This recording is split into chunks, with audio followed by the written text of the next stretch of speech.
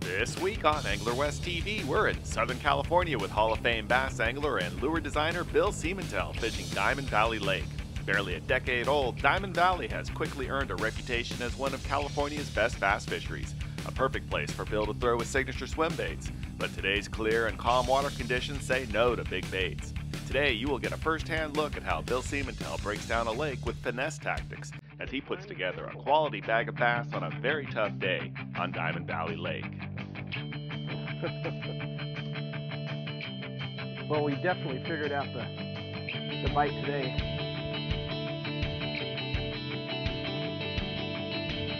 I'm Justin Wolff, and this is Angler West Television.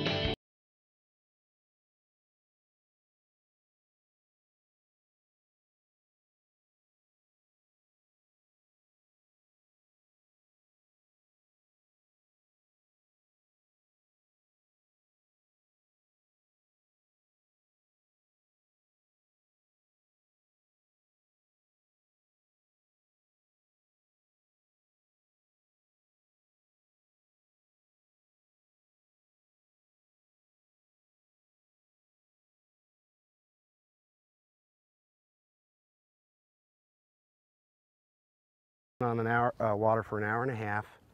Started out with some big baits off some outside points, threw some finesse back in some cuts, and we came around a corner and down this bank right here.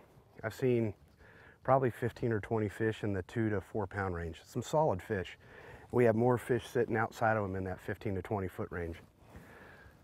Man, I have scaled down, back, and if you're throwing reaction baits, like I said, I was here last week, water was dirtier. You're throwing reaction baits and you're getting fish following and hitting, it's a no-brainer.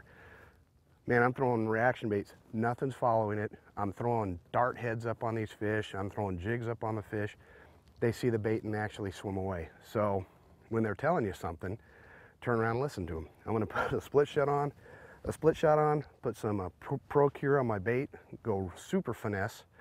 And this is old school. I'm gonna throw a finesse up on the bank and drag it right out. They're right on the color change, and hopefully get a couple of these fish. And like I said, we've only been here for an hour and a half, so if we can get a pattern established now, then we can continue this pattern all day long. Trying to catch the first fish is the key. Oh, look at that. Second cast, split shot, threw it up on the bank. I'm using super light line. I got 5 pound test on. Went with a little teeny hand-poured sluggo, and this fish came up and ate it. So, I mean, this is the situation. I mean, just a great little tournament fish. Absolutely just great little fun fish. And never even really felt the bite. It just kind of swam off it with it real slow. So this is the thing. If I'm out here trying to figure out a bite. Come here, little sweetie. Little play. Those Gamakatsu hooks are sharper than heck. Pretty little fish, split shotting, talking about old school. Great little fish. These are some of the fish I've seen up on this bank. So here's something to learn right here. Look at that.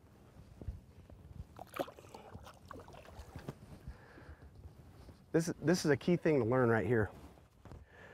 Paying attention. Now, I came down this bank. I saw, like I said, I saw quite a few bass sitting up on the bank and down off this break. If I didn't take the time to sit there, and you know, you guys weren't in the boat with me, but I got 35 plano boxes in here with every lure you can imagine. Use them.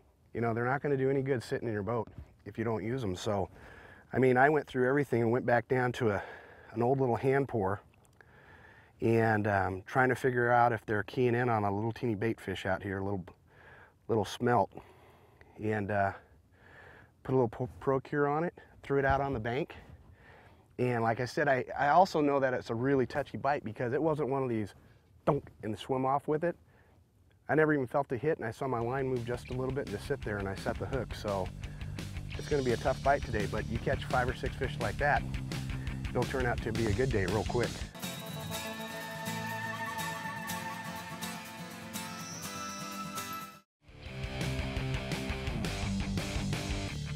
Bill Siemantel is known for having great success with big baits, but today on Diamond Valley Lake, those big baits are staying on the deck. A lot of deck. people are thinking, man, Bill only throws big baits. I tell you what, I'm a fisherman like you, and the key on understanding big baits, and here's the trick for anybody starting out or guys who've been doing it for years, it's learning how quick not to use them. If you get on the water and you say, I'm just gonna throw a swim bait all day long, and you're coming out on clear water and you're throwing a swim bait, and you go for 4 or 5 hours and you see nothing, you're doing something wrong. First of all, you're throwing the wrong bait. Oh, nice little fish. That didn't take long. Now I could do this all day long. Ooh, nice little, oh, great little fish. Here he comes, he's gonna jump right here. Nice little fish.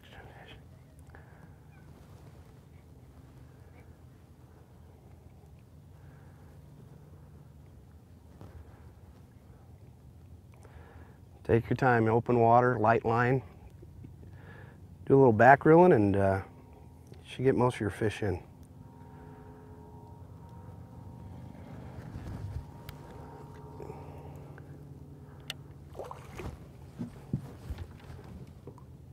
Come here, you pretty little bass.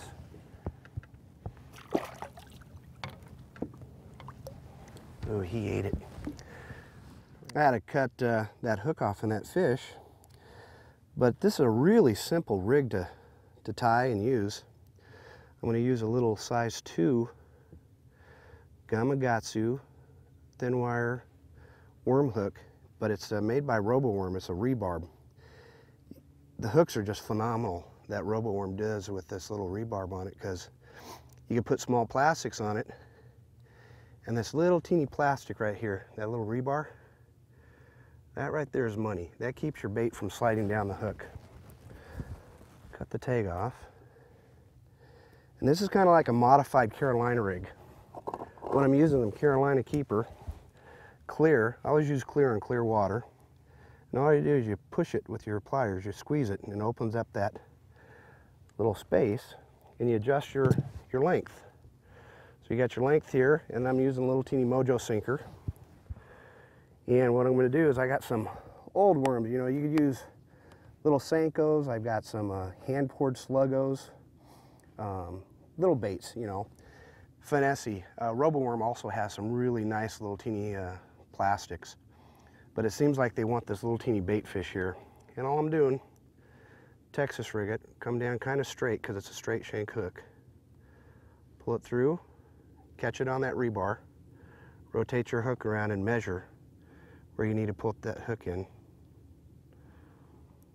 and set it up straight. And remember, you're using that hook basically as a keel. And then from there, we're putting on a little Pro-Cure. Got enough salt on the bait. I'm just going to put a little dab of Pro-Cure on it, down the bait. See my lure? That's what I'm trying to mimic right there. Came out of that fish I just caught.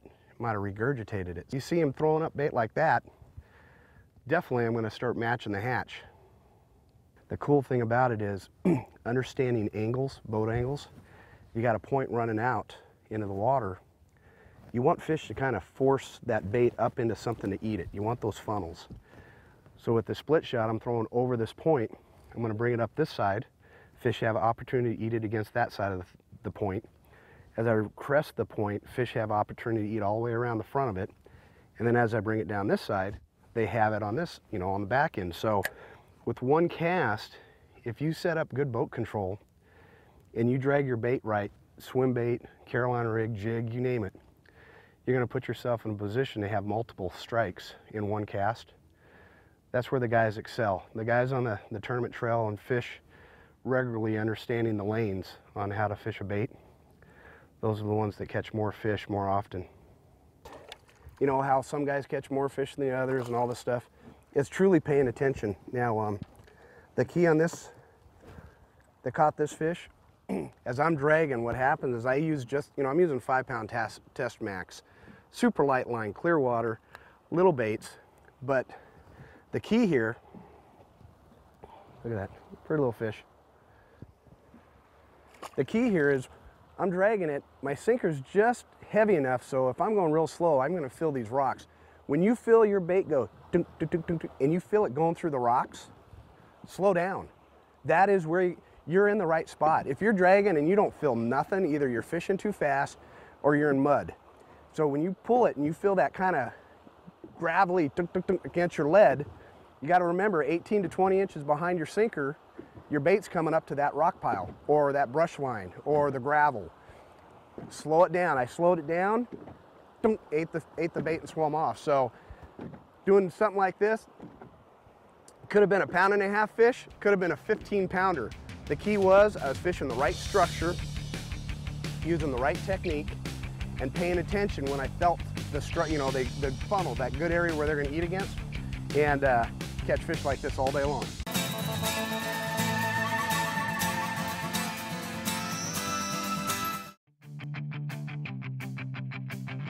There's another fish. Welcome back to Diamond Valley Lake. I'm Justin Wolff. Calm, clear water conditions has Bill Siemantel showing us his bag of finesse fishing tricks that work like a charm on tough days like this.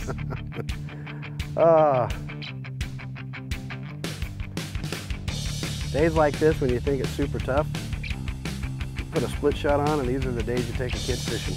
While Bill has been able to catch deeper fish on a split shot, the shallow fish we see require a more refined finesse fishing technique. The buck's up close, female sitting out, just that color change.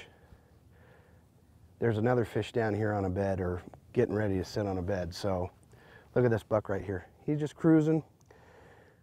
Some of these are the hardest fish to catch. They just keep moving. They're not locked on anything.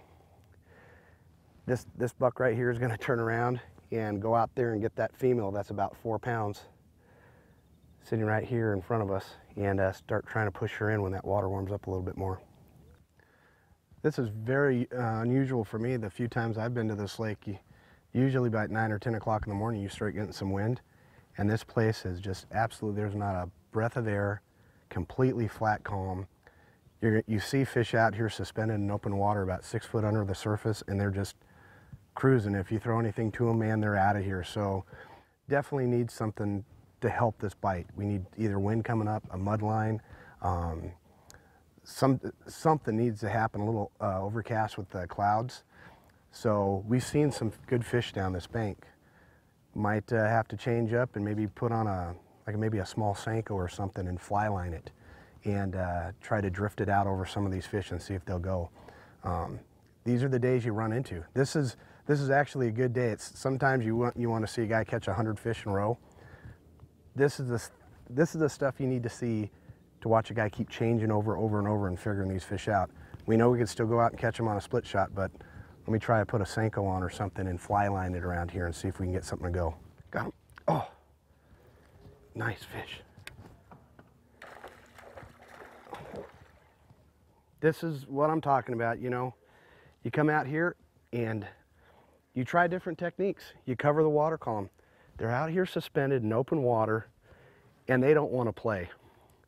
So when I get this fish in, everybody wants to kind of know some of the secret stuff I do.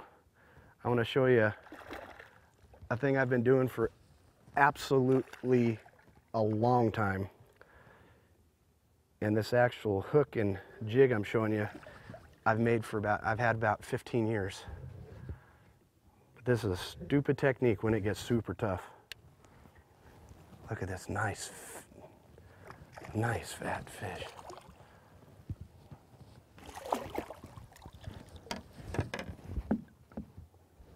Look at that fish right there.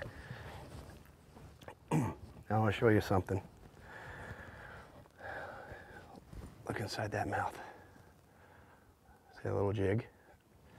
About 15 years ago, I was messing with drop shot, well, not drop shot, but little teeny bait hooks. And I'll show you what I put on that little thing. But this is a real finessey little thing, but I mean, that's a beautiful little bass right there. Get her back in. Look at that. Now here's the trick. About 15 years ago, I used to take an old little Gamakatsu hook, smash a lead weight on it, and then put a 3D eye on top of it. Pro soft bait glue it, miniature jig. Come over here, you take any type of bait you want, but sometimes when they get really touchy, take a Senko, nose hook it. That's all you have to do. Bring it right through there. What happens when you're shaking it on the bottom, when it falls down, it looks like something trying to eat like an egg or something off the bottom. You'd be surprised how many times this will convert fish that will not touch anything else. That's a little secret out of my box I've used for 15 years to catch fish. High sun, no wind, super clear water, light line, little teeny miniature bait like that, and fish it real slow.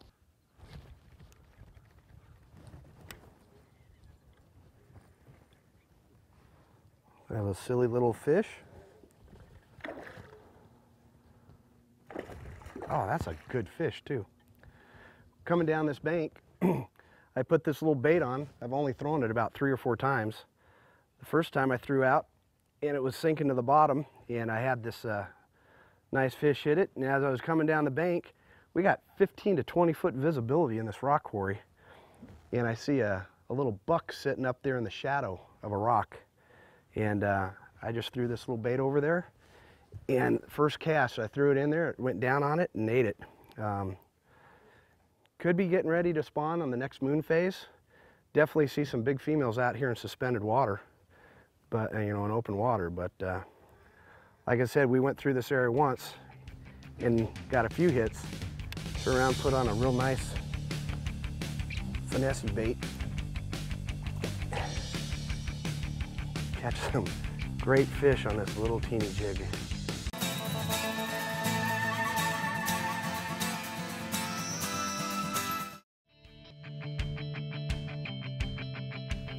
Big bait guru Bill Siemantel knows when to go small, and today he has an ultra small jig working on shallow fish. But with patience, that same ultralight rig can convert deeper fish as well. I come across this little rock bluff right here, and I'm holding in 21 foot of water, and I can see the color change. It's just dark.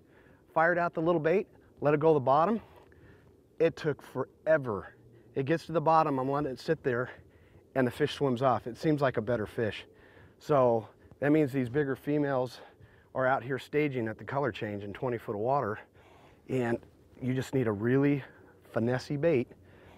And I tell you one thing, when you're throwing a bait that's less than 1/32 of an ounce on a little Senko and on a 5-pound test string, it takes forever to get to the bottom. But I tell you one thing, when it does, it's definitely worth it. And you have nothing else to worry about on days like this when it's flat calm. Oh, nice, nice fat fish. That's a great fish.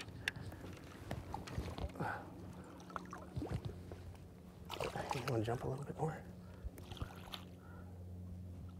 That's a good bass right there. Look at that. Look at this right here. Little thing came up, pinned it right in the top of the lip. Well, you know what we did is we actually went back in a big rock quarry about an hour ago, and we got a couple fish off break lines. We saw some up tight. Come to another part of the lake, we're still trying to continue finding these patterns on really tough days. No wind, flat, calm, and clear. I mean, you can't have anything tougher than this.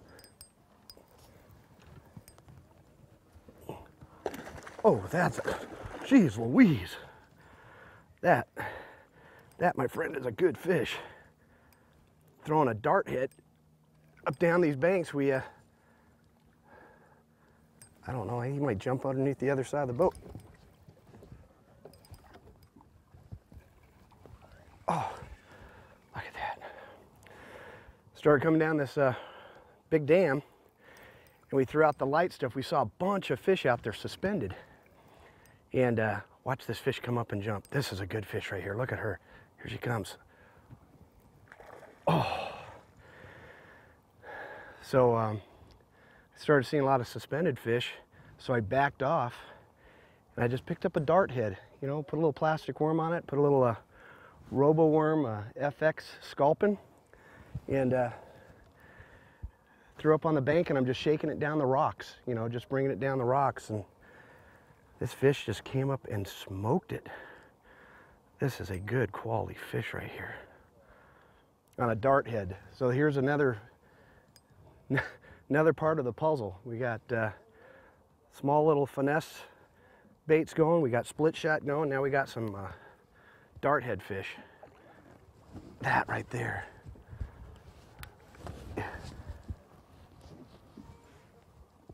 That right there. Look at that fish right there.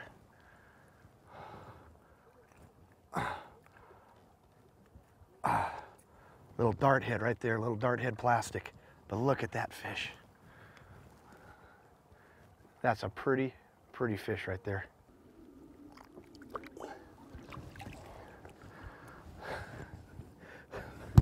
So here's the deal. It's tough. It's tough fishing, but you got to pay attention. And right now in flat, calm conditions, no wind, super clear water, we found 4 or 5 different techniques. And we've been on the water for about 4.5, 5 hours. So you continue moving around, watch the fish, see where they're positioned. If you don't see them up tight in clear water, move out, find them on your graph and fish for them. And the tougher it is, start downsizing. Start putting on the little stuff and taking your time and working it over each rock, and you're gonna start picking up fish. There's a hit, there we go. Oh, that's a nice fish right there. About 20, 30 minutes ago, we were throwing dart heads. Ooh, nice fish off the dam, and I noticed a couple of these nice little 45-degree banks coming over here on the northwest corner of the lake. So I came out, and it's kind of a shallow point, so I got in about 15 foot of water, and I just fired a dart head out as far as I could, and I was just dragging it across the bottom, and I cut feeling like little pea gravel rock, and I think I stuck it into a stick, shaking it through a stick, and I was just letting it sit there, and this fish just come up and ate it. Oh, look at this, nice fish. Oh. Look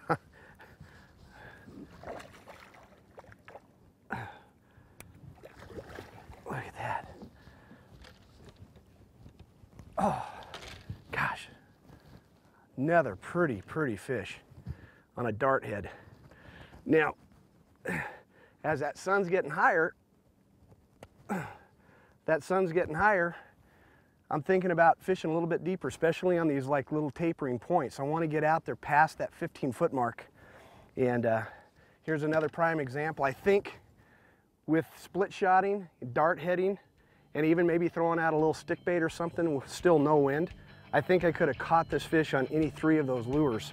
But the dart head was a little bit better because it got me to the bottom a lot quicker in that 20-foot zone. Another pretty fish, look at that.